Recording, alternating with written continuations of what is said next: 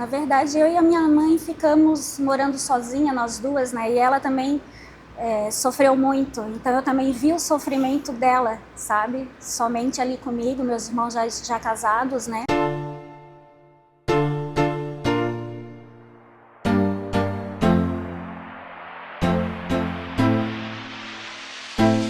Fala, gente! Mais um Tete a Tete com a Pri começando. Que alegria ter você mais uma quarta-feira aqui conosco. Hoje vai ser muito especial porque nós vamos estar trabalhando um assunto um pouquinho difícil, mas eu tenho certeza que o Espírito Santo ele vai trazer esperança para os nossos corações, mesmo em meio às dores. Então eu gostaria que você, antes de começar esse episódio, curtisse, colocasse o seu comentário e enviasse para o máximo de pessoas para que elas sejam edificadas assim como você será. Em nome de Jesus. Recebam comigo então Marineide. Que alegria Obrigada, te pastora. receber. Alegria Que bom. minha. Ai, que bom. Gente, eu conheço a Mari faz o quê? 2 meses? Mais? 3 meses. 3 meses, mais ou menos. E assim, ó, tem sido uma caminhada muito fluida, muito gostosa. Então, exatamente por esse momento, que é curto período de tempo, eu quero te agradecer pela tua coragem, pela tua força, pela tua disponibilidade. Eu vejo um coração disponível para a obra do Senhor. E não só para a obra do Senhor, como para poder se abrir hoje aqui no Tete a Tete com a gente, que eu sei que não vai ser tão fácil, mas também sei que as suas cicatrizes, elas vão curar muitas pessoas que estão nos assistindo. Amém. Amém? Então conta para mim, me apresente a Marineide. Quem é Marineide? Bem, eu sou natural de Florianópolis, né? Manezinha, isso é raro aqui, né? E sempre morei ali na Praia de Fora. Uhum. E eu perdi o meu pai muito jovem, tinha 8 anos, para o câncer. Passamos por outras situações também, como a perda da minha primeira sobrinha, com 2 anos e 9 meses. Ela nasceu com microcefalia, então também foi um processo bem difícil. A minha avó também, 6 meses depois do meu pai, também para o câncer.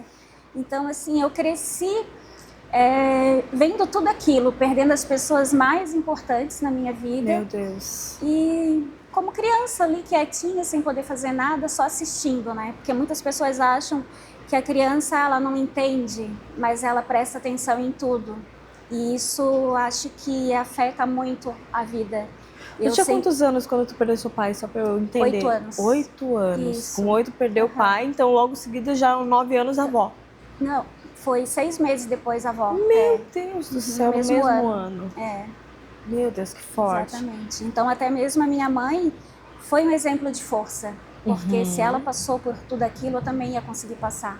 Só que quando a gente está vivendo aquele momento, não parece que isso é possível. Tu acha que é o fim. Que tu não vai conseguir novamente ser feliz. Né? E nesse período, né, são muitas perdas e tudo mais, e você falou a ótica da criança.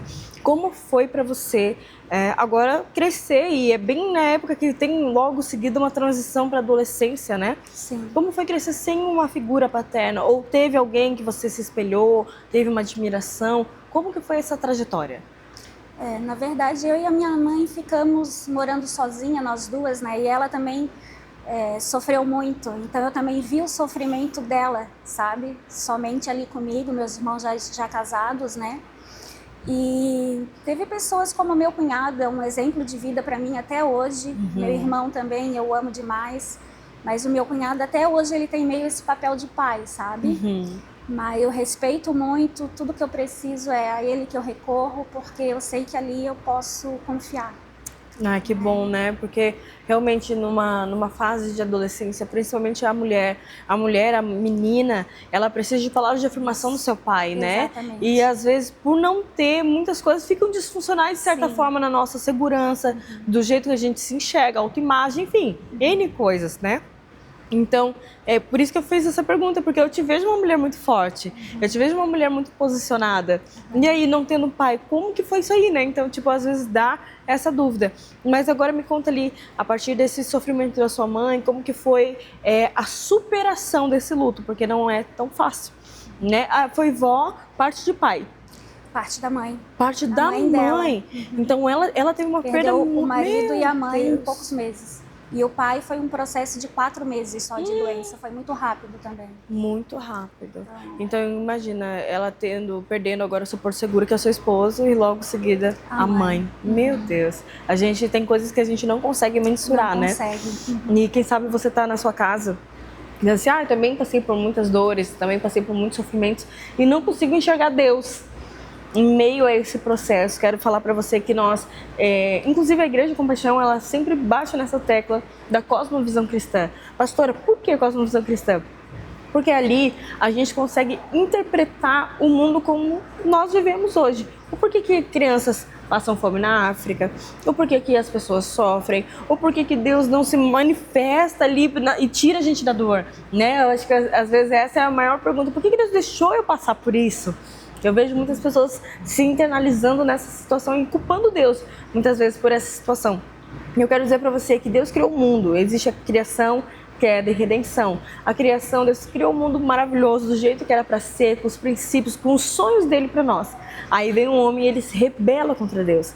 Ele teve o livre acesso ali de pecar. E quando entra o pecado no mundo, existe toda essa questão de sofrimento, de doenças, porque eu tenho certeza que o propósito de Deus não era que o pai dela tivesse o câncer e viesse a falecer e uma criança ficasse sem o pai. Sim. E nem uma mãe morrer tão jovem ali e deixar a filha ali. Eu digo, gente, isso não é propósito de Deus, mas o mundo está em queda.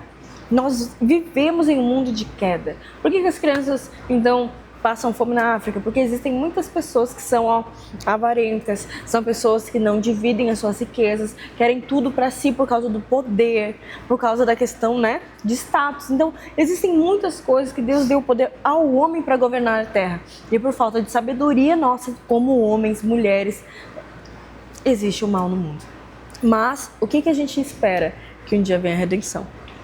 Essa é a nossa maior esperança, né? Então, como que foi para amar e superar isso, né? Como que foi assim? Você teve esse sentimento de Deus me abandonou ou algo assim? Ou não? Nunca passou pela mente? Porque tem gente que lida diferente com o sofrimento, né? Como que foi para você? Você se lembra? Naquela época, assim, de criança, pastora, assim, eu lembro pouco do meu pai, não lembro muito.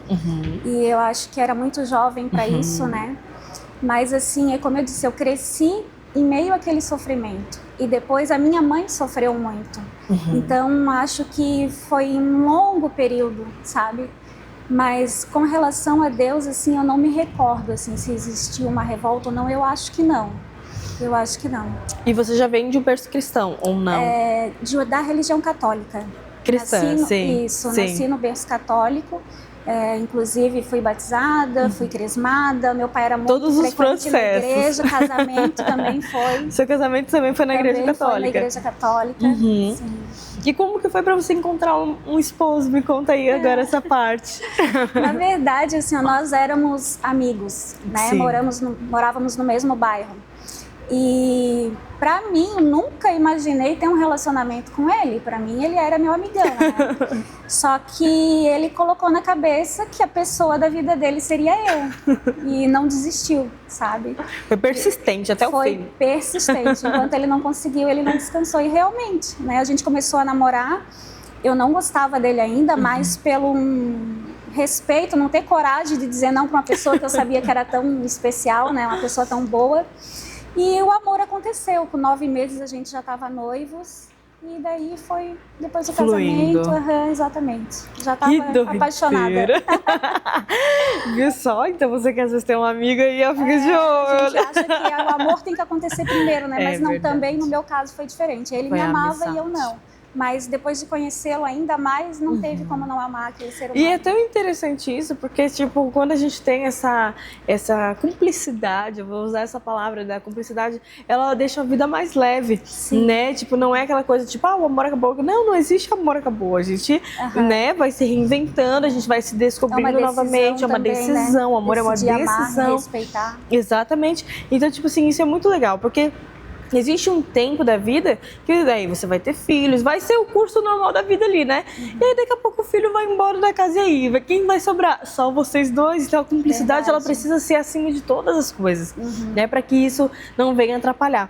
E aí vem esse curso da sua vida, daí você tem a Giovana. Me conta um pouquinho dessa trajetória.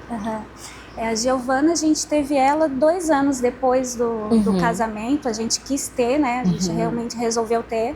E é a bênção da nossa vida, né? Meu Deus. Assim, alegria. É a alegria, exatamente. É o meu pedacinho de gente, assim, o amor da minha vida. E eu vejo, assim, que eu depositei também o fato da minha carência no lado paterno. Eu acho que eu depositei muito nele. Então, ele passou a ser a minha pessoa, entende? Então, eu não percebia o quanto eu era dependente dele, entende? Só depois é que eu fui entender essa dependência emocional que você tinha. Exatamente. Que acabou construindo masculina, por causa sabe? dessa falta de paternidade. Exatamente. Que às vezes é até inconsciente. Exatamente. Né? Tipo, você vai só fluindo ali e não tem ideia de que isso realmente podia acontecer. E aí, beleza. Existiu isso aí, então tudo que tu ia fazer, tu fazia com ele. Exatamente, tudo. E no mercado? Tinha que ir junto? Mercado junto, ele ia pescar, eu ia junto para fazer companhia. Sim, sim. Até acampamento eu fiz junto com ele, não gostava, mas fui. A gente acampou em cima de uma pedra, foi horrível, pastora. Foi horrível. Não mas, recomendo. Assim, mas a gente realmente era muito parceiro. Ele era o meu melhor amigo, sem dúvida. E aí, o que aconteceu? Ele teve... Acho que minha filha tinha 6, 8 anos depois que nós estávamos casados. A gente descobriu que ele estava com câncer, era no estômago. E devido à gravidade ali já da situação, ele já teve que operar na semana seguinte, tudo às pressas. E ele fez quimioterapia, radioterapia, depois da cirurgia. Acompanhou 9 anos no CEPOM. E graças a Deus, depois de todo o tratamento, ele ficou completamente curado da doença. Amém. E depois de 15 anos, a doença retornou. Meu Deus. E daí com uma força enorme, né? Com várias partes do corpo, pulmão, os ossos, peritônio. Um dos tumores era localizado na coluna, que deixou ele os últimos 4 meses de vida no fundo da cama, paraplégico. Então foi bem difícil, né? Difícil. E como é para uma esposa passar por isso e tipo assim ter a impotência, porque você não tem o que fazer. Como que foi para ti ver isso acontecendo na sua casa, né? Porque muitas vezes a gente sabe que é uma doença muito sofrida, acho que todo mundo tem essa consciência, mas poucas pessoas elas conseguem compreender como que é para outra pessoa ali, porque querendo ou não, fica um pouco sobrecarregado, porque você passa a deixar de viver a sua vida agora em prol de alguém, né? Como que foi isso para você?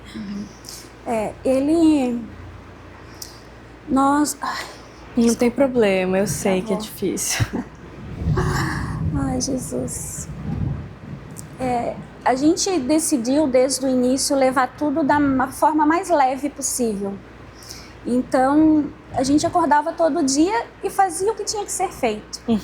Como se a gente não estivesse enxergando o problema, sabe? Mas tentar levar a vida leve, com brincadeira. Ele sempre foi uma pessoa muito positiva, muita fé em Deus. Ele foi, assim, um exemplo que eu nunca imaginei que eu iria ver, que eu ia presenciar alguém passar por tudo aquilo da forma que ele passou, com tanta fé, sempre com uma palavra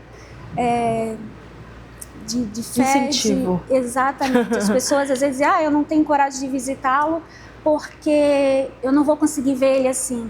E a gente dizia, não vai que tu vai te surpreender, sabe? E ele a pessoa que consolava achava que ia levar força para ele e ele é que dava força para as pessoas, sabe? Uau. Foi assim, eu acho que eu não conseguiria viver da forma que ele viveu esse período tão difícil na vida dele, né?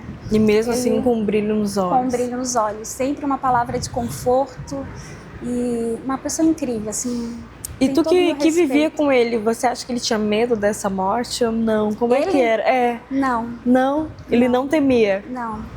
E é até interessante a gente perguntar isso, porque tipo, já faz parte do testemunho também. Quando que veio a conversão de fato de vocês, né? Sim. A nossa conversão foi na primeira doença dele. Lá atrás, antes da cura, 8 anos de casados, isso.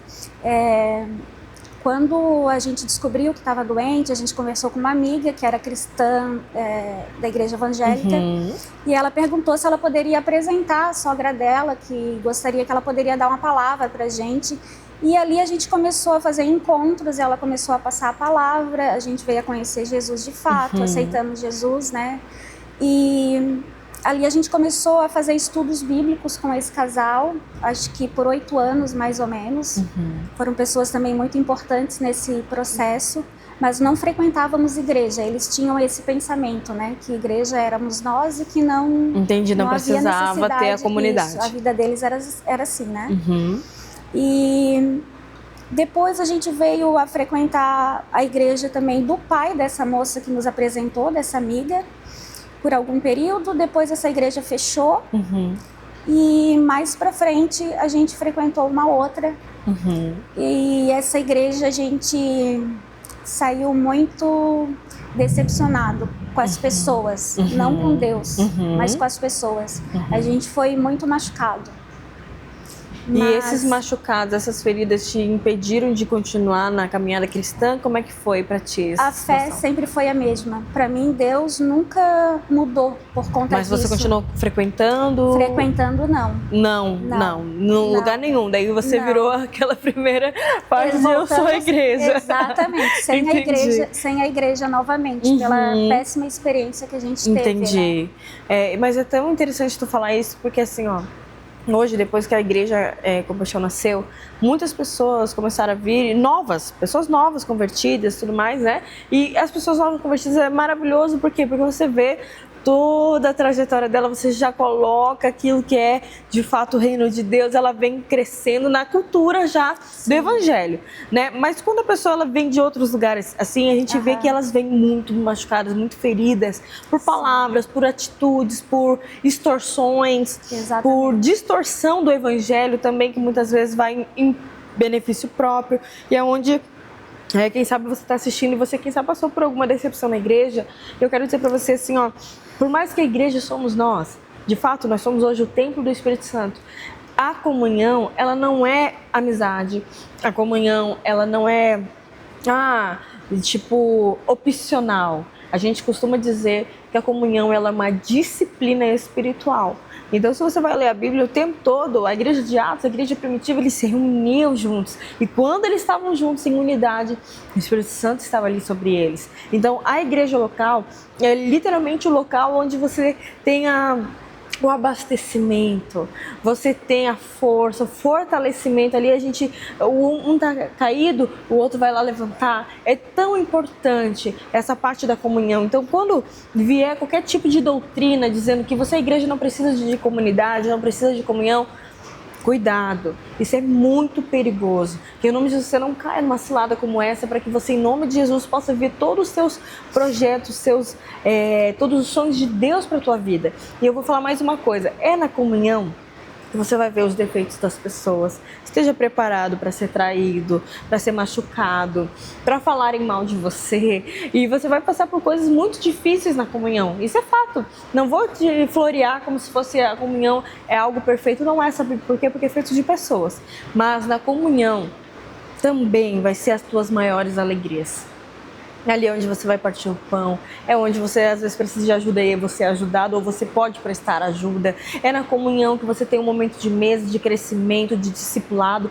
É na comunhão que também temos muitos benefícios. E como eu acabei de falar, é uma disciplina espiritual, assim como a oração, assim como a leitura da palavra, a comunhão também é uma disciplina espiritual. Então que você não perca a visão de reino de Deus, mesmo perante aos machucados, né? E quando que você começa a voltar novamente para a comunhão? Você teve esse período ou como é que foi essa situação? Esse período todo que a gente passou da doença dele, a gente estava sem igreja, né? Eu só fui voltar para a igreja depois do falecimento dele, né? Há 3 meses, na verdade, né? Faz pouco tempo.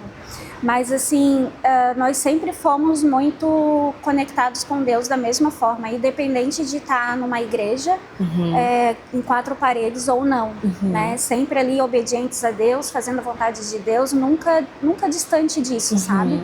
Tanto é que ele teve todo esse exemplo de força e de fé, mesmo não tendo esse apoio, né, que uma outra pessoa que estivesse frequentando uma igreja, a gente porque sabe que a gente acredita que ele também já estava com a base, né, bem fundamentada, então.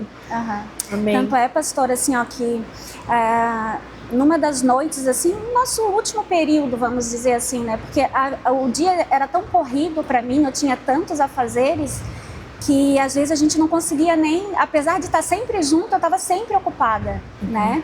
E daí à noite, a hora que a gente encostava as caminhas, sabe, uma do outro, assim, para ficar um pouquinho perto.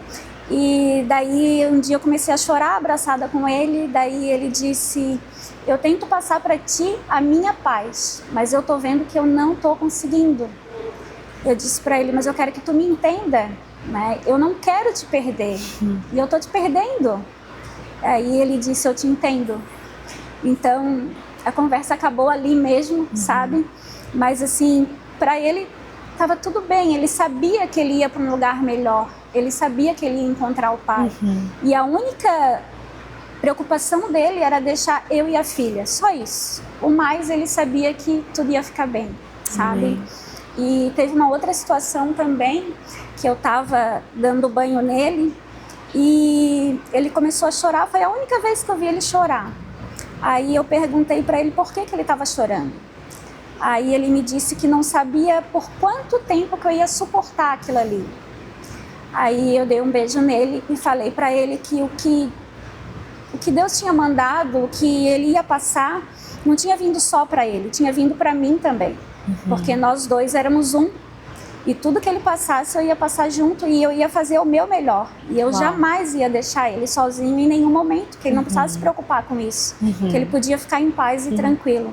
Então, assim, foi as duas únicas situações, assim, que a gente tocou um pouco mais no assunto. Porque a gente vivia muito como se nada tivesse acontecendo, sabe? Tentava levar a vida o mais leve possível, apesar de tanta dor, de tanto compromisso, mas foi assim o nosso período. Nossa, que forte. E aí, quando veio o falecimento, foi algo muito interessante falar isso, porque quando conheci a Maju, que daí é tua afilhada, né? Ela pediu oração. Todo o encontro de GC, ela dizia: orem pelo meu tio, orem pelo meu tio. E a gente orava por esse tio, né? Orávamos fervorosamente ali junto com ela. E quando ela contou do falecimento, a gente ficou muito triste. Mas ao mesmo tempo, quando ela falou o jeito que foi, nos ativou numa fé assim, que a gente se emocionava. E não sei se você consegue contar um pouquinho disso. Quando a gente... Ele passou por 2 internações nesse período dessa doença, né? E na última internação, que o médico veio falar comigo e me disse que não tinha mais o que fazer. E eu voltei para o quarto e ele me disse, perguntou o que foi. Aí eu estava até terminando o banho dele, na verdade. Daí eu disse que naquela hora não era o momento para a gente conversar. Aí depois de arrumar ele, tudo certinho, aí ele disse: e daí, o que ele falou?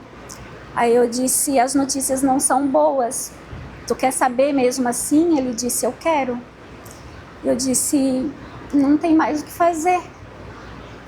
Aí ele disse: eu imaginei. Então eu quero ir embora. Ele quis passar os últimos dias dele em casa. Eu conversei com a médica. Ela disse que eu poderia levá-lo, que se precisasse eu poderia trazer de volta, era só comunicar ela. Mas ela me alertou de várias coisas que eu iria ter que enfrentar e ela disse que não sabia se eu ia conseguir suportar, porque não é fácil. E assim eu fiz, eu liguei para os meus irmãos e eu disse: eu preciso de vocês aqui. E eles foram e nós fizemos a alta dele e levamos ele para casa. Em casa ele viveu por mais 20 dias. E o último dia da vida dele foi o mais difícil da minha vida. Foi muito sofrimento. Ele sofreu um dia inteiro. E em um único momento que ele ficou... que ele conseguiu voltar a si, porque fica meio que inconsciente, né? Acho que os órgãos vai morrendo, vai falecendo. E teve um momento que ele disse, as últimas palavras dele foi: eu vou ter que deixar vocês. E depois disso a gente não conseguiu mais conversar nada, né? E durou um dia inteiro, pastora. Na verdade, foi uma noite inteira que ele ficou muito inquieto, a gente não dormiu. Então eu já imaginei que aquele dia não seria fácil, né? E realmente não foi. E a partida dele durou um dia inteiro. Ele foi falecido só à noite. Meu Deus.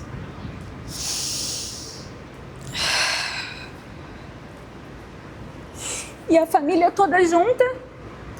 A minha filha sentiu a última batida do coração dele, com a mãozinha dela em cima. Então a gente estava sempre junto com ele, estavam os pais, estavam os irmãos, estavam todos ali. Então, todo o amor que a gente podia dar, a gente deu o nosso melhor para ele, sabe? E eu me sinto muito em paz com isso, porque eu sei que a gente fez todo o possível, né?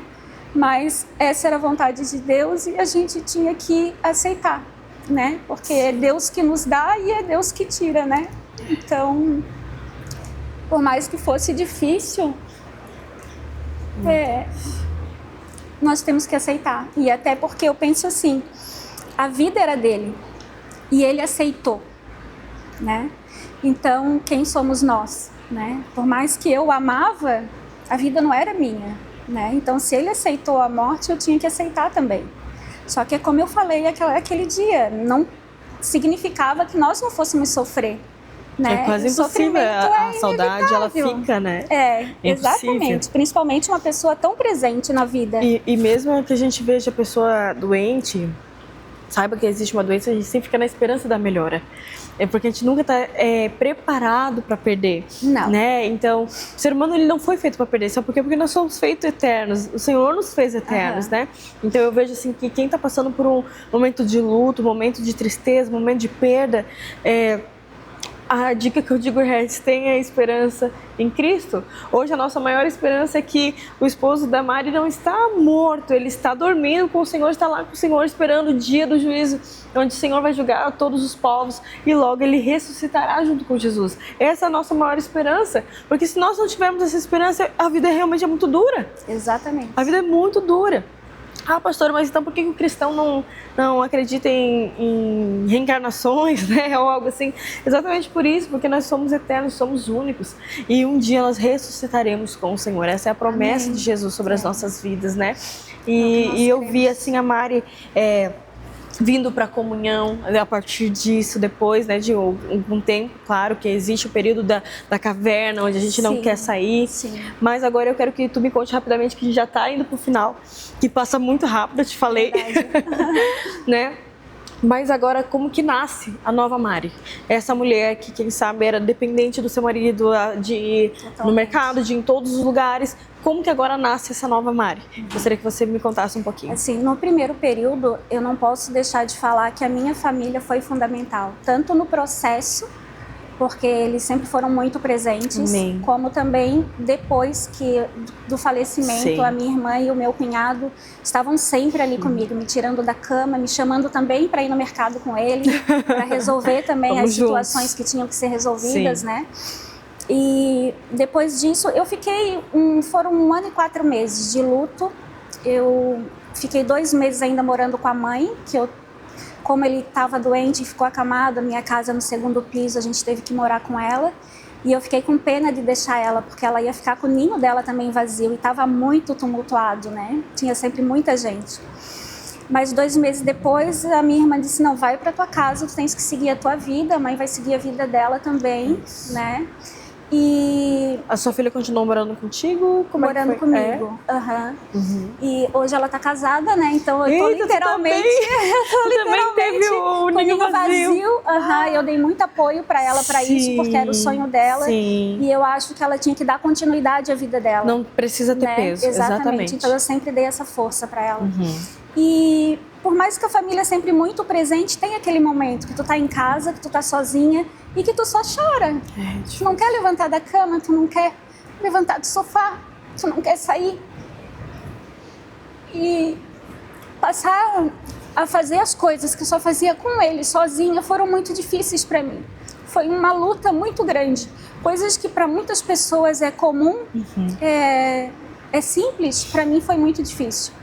O primeiro passo foi aceitar o convite da Maju de vir para a igreja. Ela já tinha feito outros convites, é claro, Mas eu sempre, não, ainda não era o momento, né?